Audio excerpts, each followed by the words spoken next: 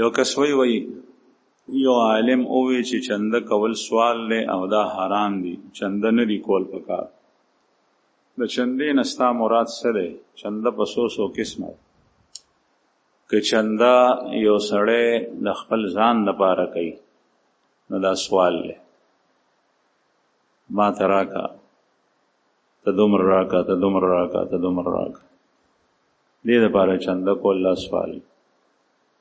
او که چنده د امام دپاره کوي نو دا طریقه کار غلط دی، بلکې امام باندې مقتدیان پړه دي، هغوی ته پکار دي چې هغه د امام هر یو کس بندوبست وکړي، یو متعین پیسې په ځان لازمي، د کور کرایه ورکې، د بجلی بل ورکې، د ګیس بل ورکې، امام تم ورکو. امام هم خېټه لري، بچی لري، ښځه لري.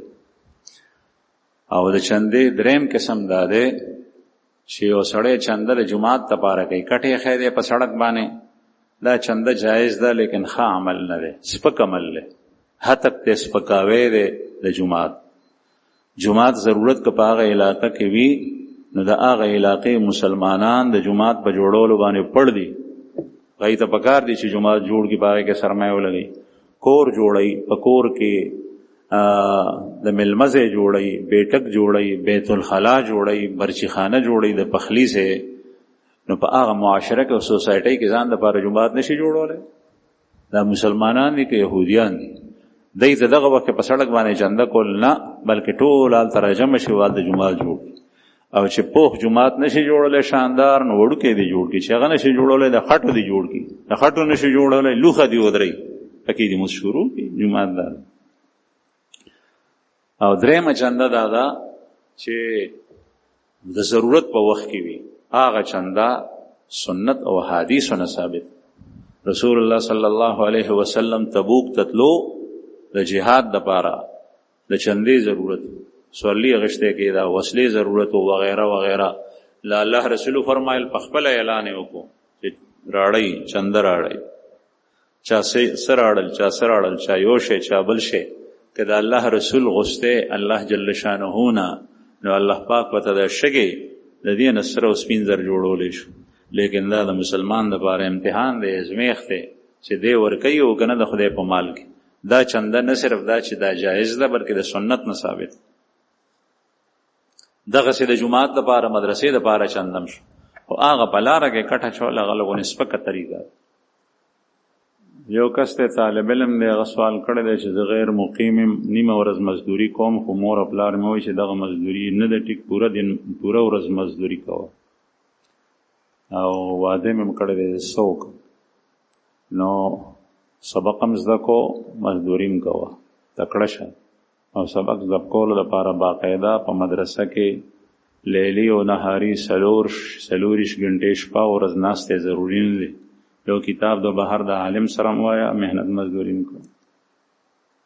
یو کس وایي چې زما ورور په دوبۍ کې دی، د هغه لاټري راوتې ده، نو هغه پیسې په جومات کې خرج کولی شي او که نه.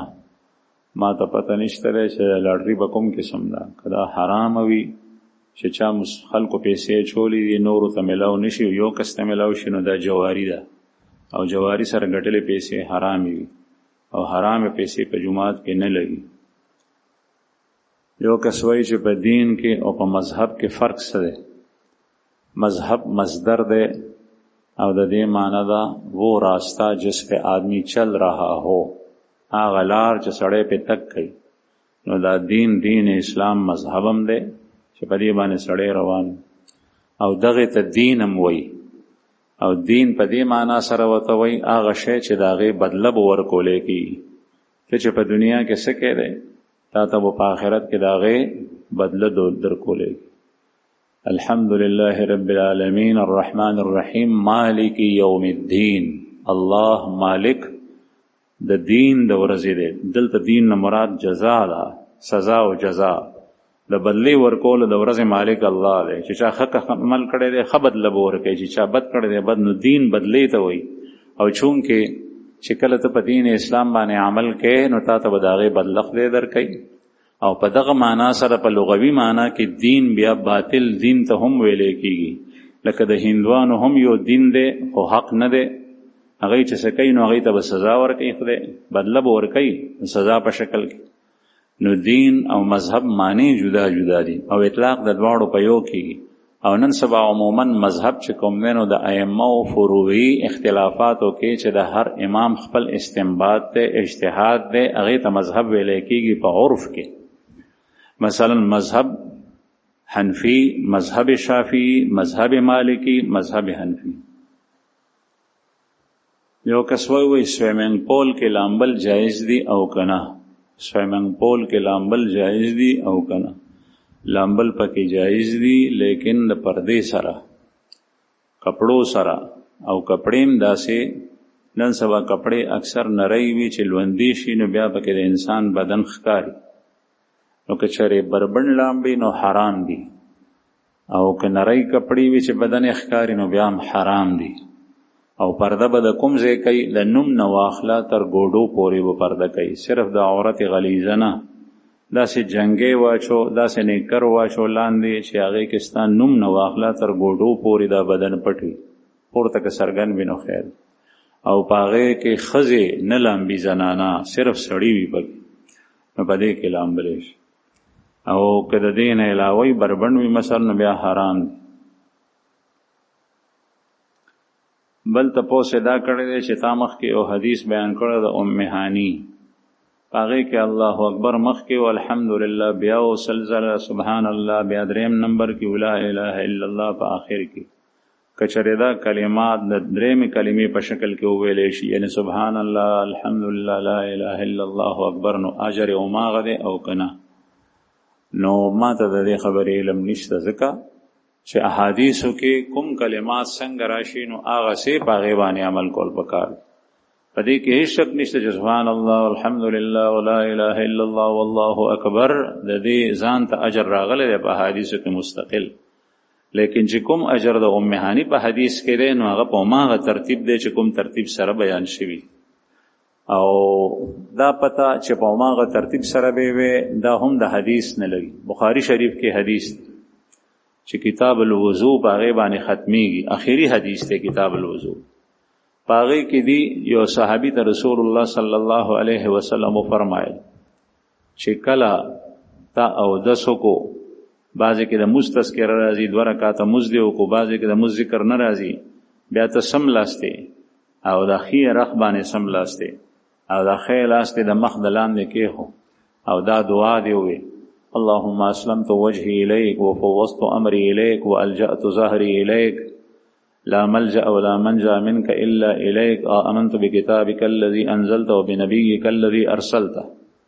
چې دا دعا دې ووې نو پیغمبر علیه السلام صحابي ته فرمایي که ته شپه کې مړ شوې په خوب کې نو ته به په فطرت د اسلام باندې مړ یې، جنت ته به ځې. او نو د دې ویلو ورته وفرمایل.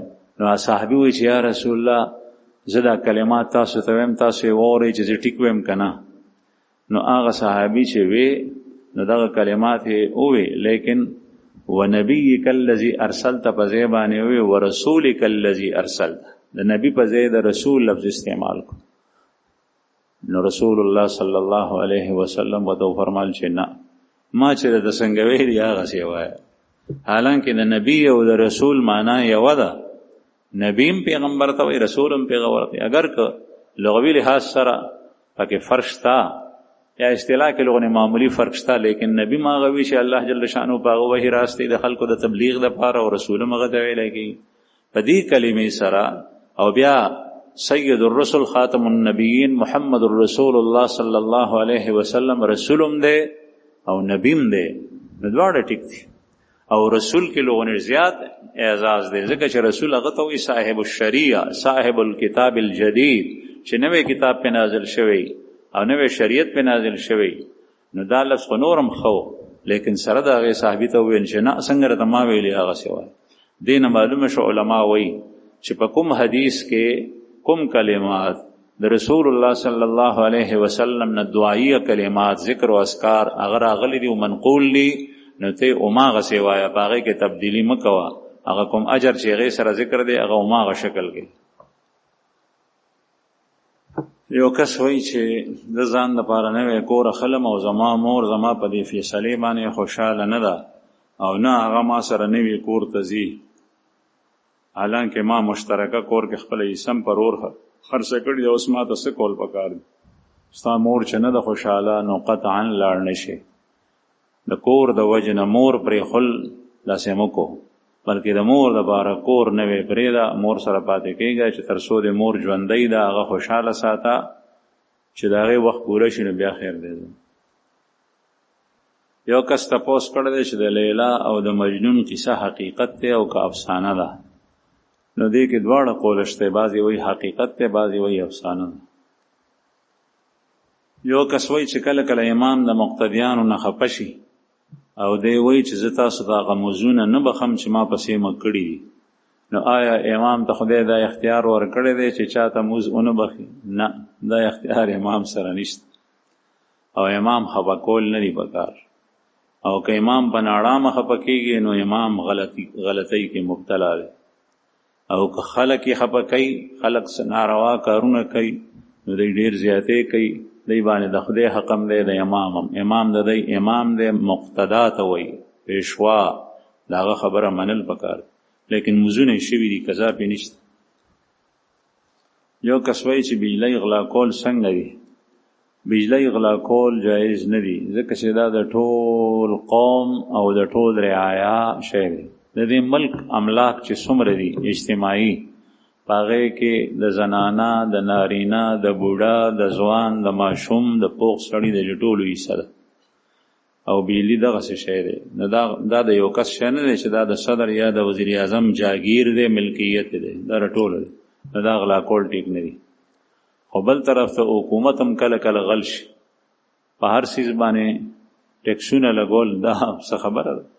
شیشې به ته خپلې لګې، ډبې په وچې په لکونو روپۍ دې ورکړي، شیشې به لګې، مونږ شیشې لګولې نیمې لګېدلې نیمې نه، اوس دا خبره وایي په سودر باندې ټیکس دی.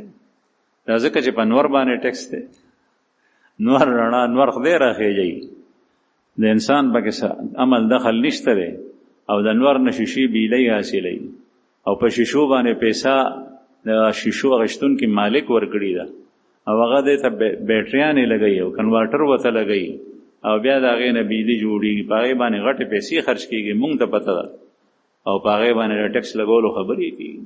دا څه خبره شو؟ دا خو داسې کول دی چې دا په ژوندون باندې دا خلک پانسي کول دي، یعنې په دې ملک کې د دې خلکو د پاتې کېدو حق نشته، دا طریقې کار.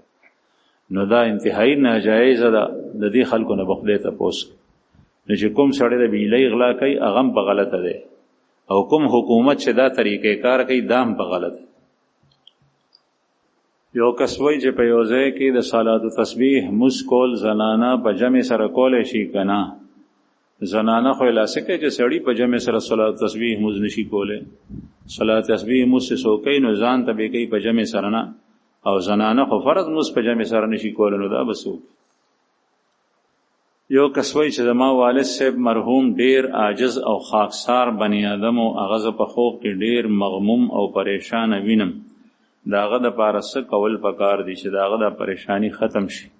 دوه کارونه وکړه، یو ډونډ وکړه، تلاش وکړه چې په هغه پورې د چا حق یا د چا قرض خو نو، ستا په کور کې هغه سره چې امانت ایښی او هغه امانت پروت دی نو فوراً یې مالک ته ورسوه، په هغه پورې د چا قرض نو هغه قرض فوراً ادا کړه، او که چېرې داسې نی بیا د هغه د طرف نه صدقه او خیرات ورکړه او الله ته سوال وکړه چې الله د هغه غاړه خلاصوي. یو کس وایي چې یو سړی مزدورۍ دپاره سعودي عرب ته تللی او په مسافرۍ کې 2-3 حجونه کړي دي، اوس خپل وطن ته واپس راغلی دی، اوس د ده سره مال هم شته دی، دومره مال چې دی په حج ته تلی شي، نو آیا د فرض حج د ادا کولو دپاره دی دوباره حج ته تلی شي؟ او که نه د هغه فرضیت په هغه ډومبي حج سره پوره شوی دی، چې کله حج کړی دی سعودي عرب کې کړی وي نو فرضیت یې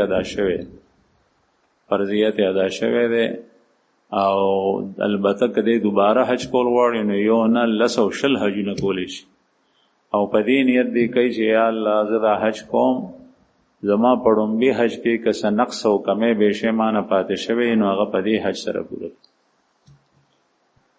یو کس وایي چې یو کس دی هغه ته په سړک باندې پرته بټوه میلاو شوه، په هغې کې 1000 روپۍ دي. اوس د ده دپاره څه حکم دی؟ ځکه چې په هغه ځای کې څوک هم نو، دا پیسې په کوم ځای کې خرج کول افضل دي؟ نو دغه بټوه حتی الوسع کوشش دا پکار دی چې دا مالک ته ورسي. دا څوک په لاره په موټر سایکل یا په سایکل تېرېدل د هغې نه وپرېوت چې رسولی شي نو ویې رسو کوم طرف ته چې دا سړک تللی دی، او که نه شي رسولی نو بیا دا یو فقیر ته مسکین ته چې هغه ډېر سخت ضرورتمند وي هغه باندې دا خیرات کېږي، هغه ته یې ورکړه او نیت پکې دا وکړه چې الله د دې اجر و ثواب فلانکي ته ورسوي چې د چا ده. یو کس تپوس کړی دی چې د جمعې لمونځ کې چې دویم اذان کېږي نو امام ته مخامخ ودرېدل پکار دي او که نه په څنډه ودرېدی شي، یو طرف ته هم ودرېدی شي، لیکن بهتر دا ده چې امام ته مخامخ ودرېږي او بیا ضرور نه دی چې د امام سره هغه په خپو کې جفت ودرېږي، څه فاصله کې 2 صفه 3 صفه وروسته هم ودرېدی شي. بل تپوس کړی دی چې د جمعې د دویم اذان جواب ورکول او دعا ویل ثابت دي او که نه په زړه کې ویل پکار. یو کس وایي چې د سوره کهف لوستل له هر قسم فتنې لپاره دي او که صرف د دجال له فتنې نه حفاظت لپاره دي. روایاتو کې ذکر صرف د دجال له فتنې را دي چې د دجال له فتنې نه حفاظت لپاره دي.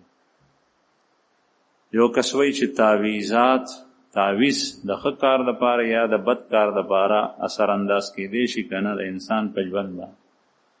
تعویز کول چې د ښه په ښه نیت باندې د ښه کار لپاره شوی نو هغې کې اختلاف دی، او چې د بد کار لپاره شوی نو په هغې کې اختلاف نشته. کوم تعویز چې په بده اراده په بد کار لپاره شوی او مثلا د ښځې خاوند په منځ کې جدایي راشي، د دې ښځې د خاوند سره نه لګي، د خاوند د ښځې سره نه لګي، نو دا تعویز کول حرام دي. چې چا کړی دی هغه هم حرام کړی دی، چې کومې زنانه یا نارینه دا په چا باندې کړی دی دی هم په حرامو کې مبتلا دی، ځکه چې د ښځې خاوند په منځ کې جدایي دا الله جل شأنه نه خوښوي. الله پاک غواړي چې کورونو کې محبت او مودت. باقی دا اثر کوي که نه، نو اثر الله جل شأنه په هر چیز کې خیر دی. زهر دی نو زهر هغه چې سړی وڅکي نو د هغې اثر دا دی چې سړی مري. نو که یو سړی وایي چې ما زهر وڅکل زم دی مړ شو، دا خو زما قصور نه شو، د زهرو قصور شو. نو جواب یې دا دی چې تا د زهر څکل ولې؟ دغسې چې کوم کلمات هغې کې اثر شته نو هغه استعمالول نه دي پکار.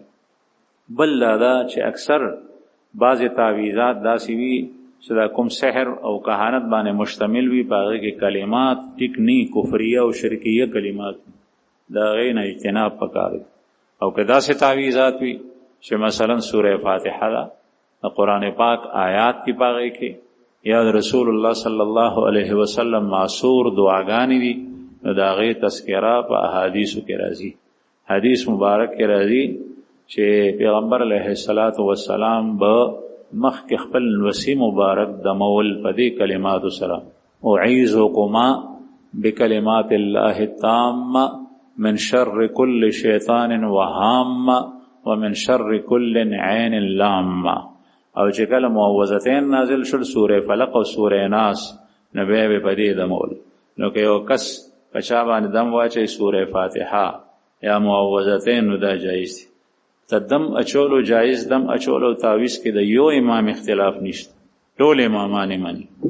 په بخاری شریف کې د ابو سعید خدری رضی الله عنه روایت ده، هغه دا دی چې ابو سعید خدری سے وای مونږ یو څو صحابه کرام پیغمبر علیه السلام په یو مهم باندې استولي.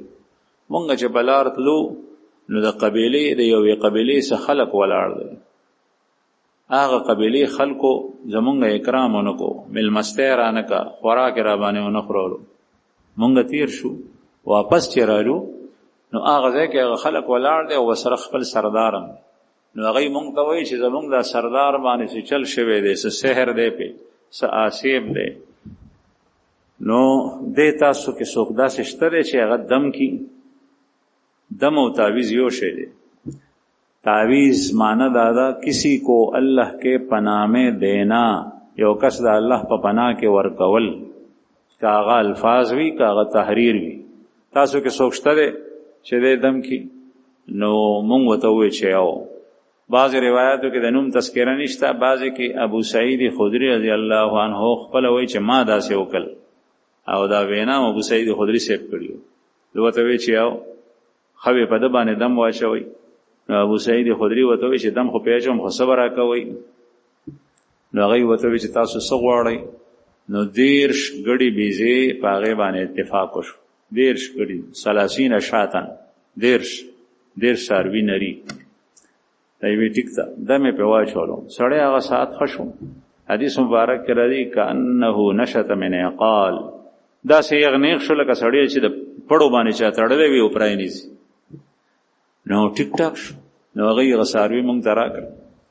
نو د صحابو په خپله کې اختلاف شو. دته نور وایي چې هلکه تا دا څاروي واغېشتل دا بد وکړل، دا دې ښه ونه کړل، واپس کول، ځکه چې تا خو کلام پاک وې په هغې دې واغېشتل. ده ورته ویل نه ما ټیک کړي دي، ځکه چې دې خلکو زمونږ مېلمستیا نه کوله، خو زه دا خورم نه علالوم یې نه خرڅوم یې نه، په خپله فایده کې نه راولم تر څو چې زه مدینې منورې ته نه یم تللی او د الله د رسول نه مې پوښتنه نه کړي. نو پیغمبر علیه الصلاة والسلام څخه چې لاړل ټوله واقع ورته بیان کړه. د الله رسول ورته وفرمایل چې ډېر ښه مو کړي دي او د هغوی د زړه دپاره یې دا مو وایي چې زما هم پکې برخه وګرځوئ. او بیا ابو سعید خدري ته وایي چې تا ته چا ویلي و چې دا دم دی؟ چې یا رسول الله څه دم دی پې اچولی؟ وی اووه ځله مې سورې فاتحه ووایي. وی تا ته چا وی چې دا دم دی؟ بس وی ما وی راشه دغه پې ووایه. به هر حال جایز دم بیا جایز دی، اثر هم شته دی، اثر دی او اثر الله جل شانه په هر سیس کې اچولی دی. ذاتن په یو سیس کې اثر نشته چې خدای وغواړي په هغې کې اثر راشي. یو کس وایي چې ګل شو کول د بوټي نه چې هغه سړی بوین کی او یا د هغې نه ګلدسته جوړه کړي، په هغې کې ګناه خو نشته. نه ګناه پکې نشته، خو چې دا ګل ستا د خپل باغ وي. پردي ځای ته راشې دارالایمان ته رالی او دارالایمان د بوټو نه ته ګل نه شوکې او بیا ګلدسته ته خپل کور کې جوړی یا په جیب کې په ټوپۍ کې وټومبې، نو دا حرام دي، ځکه چې غلا دې وکړه، بغیر اجازته دې شی وړو. نو ګل شو کول جایز دي، د انسان نه ښه نه دی ګل. دا هر څه خدای پاک د بني آدم دپاره پیدا کړي دي، لیکن سبا به ته وایې چې د پردي پټي کې غنم ورېب هم نو خیر دی، نو هغه نه دي جایز، ځکه چې هغه تا دپاره نه دي ګرلي، ځان ته یې ګرلي. یو کس وایي چې زنانه چې کله یو بل سره ملاویږي نو یو بل ښکلوي، نو آیا د دې څه حکم دی؟ دا جایز دی که نه؟ زنانه یو بل ښکلوي نو دا جایز دی. په بعضې قومونو کې دا رواج وي، لکه په عربو کې دا رواج دی. عرب چې کوم دی نو 3 ځله کله کله 6 ځله یو بل ښکلوي، به جوختېږي او بیلیږي، جوختېږي او بیلیږي، جوختېږي او بیلیږي، او کله په یو ډډه او کله په بله ډډه یو بل ښکلوي. دا د هغوی رواج دی. جنس د جنس سره داسې کولی شي. سړی ښکلوي په تندي باندې، دا جایز دی. او بیا د ښکلولو مختلفې طریقې دي او د هغې احکام هم جدا دي. په شهوت سره یو خوبرو هلک ښکلول، یو ماشوم ښکلول، لوی هلک ښکلول شهوت سره دا حرام دي. دا هم ښکلول دي لیکن حکم یې د حرامو دی. او مور او پلار ښکلول د احترام او د تعظیم په بنیاد باندې دا حلال دي. استاد ښکلول، تندی د استاد د احترام او د تعظیم په بنیاد باندې چې ما سره څومره ښه کړي دي، دا حلال دي، جایز دي. بل تپوس یې کړی دی چې نامحرم ګاونډۍ زنانه چې کله زمونږ کور ته راشي هغې ته سلام کول څنګه دي؟ نو زنانه سره ډېر زیات اختلاط نه دی پکار. البته زنانه ته نارینه سلام هغه وخت کولی شي چې کله زنانه ډېرې ناستې وي، ډېرې زنانه دي یو ځای کې او نارینه تېرېږي، نو سلام کولی شي چې په هغې کې شناخت نه کېږي چې دا سلام په چا واچولی شو، چا جواب راکړو، هغه کولی شي. لیکن یوازې په یوازې اجتناب کول پکار او لاس ملاول دا خو نشته، صرف سلام اچوي. یو کس وایي چې د قربانۍ په ورځ باندې چې کساب کله څاروی ذبح کوي نو هغه شرط ولګوي کله کله، که دا څاروی تا د فلانکي منډوي نه واغشتو نو بیا یې راته زه حلالوم، او که شرع هلته نه دې وانغشتو نو بیا یې نه حلالوم. نو دا شرط لګول او دا ورسره منل څنګه دي؟ دا شرط حرام دی. دا یو عقد کې بل عقد کول دي، دا حرام دی. دې نه ځان ساتل پکار دی، ځکه چې هغه ځان ته ترخص وایي هغه به هغه سره څه کمیشن کړی او په هغه حساب سره تا ته وایي. یو کس وایي چې موږ جومات کې دروازې ولګولې په هغې کې فل شیشه ده چې څوک موس کوي نو مخامخ ورته پکې خپل تصویر ښکاري چې دلته موس کېږي که نه. یو شیشه هغه ده چې هغه بېرنګه شیشه ده، بېرنګه لکه د اوبو په شان، نو هغه خیر دی ځکه چې هغې کې تصویر آر پار ځي. او چې کومه شیشه داسې ده چې د هغې یو طرف ته کاغذ لګېدلی دی یا رنګداره ده، په هغې کې بیا کله سړی ښکاري پوره، نو دا ټیک نه ده. خو موز ورسره کېږي، البته کراهت پکې راځي.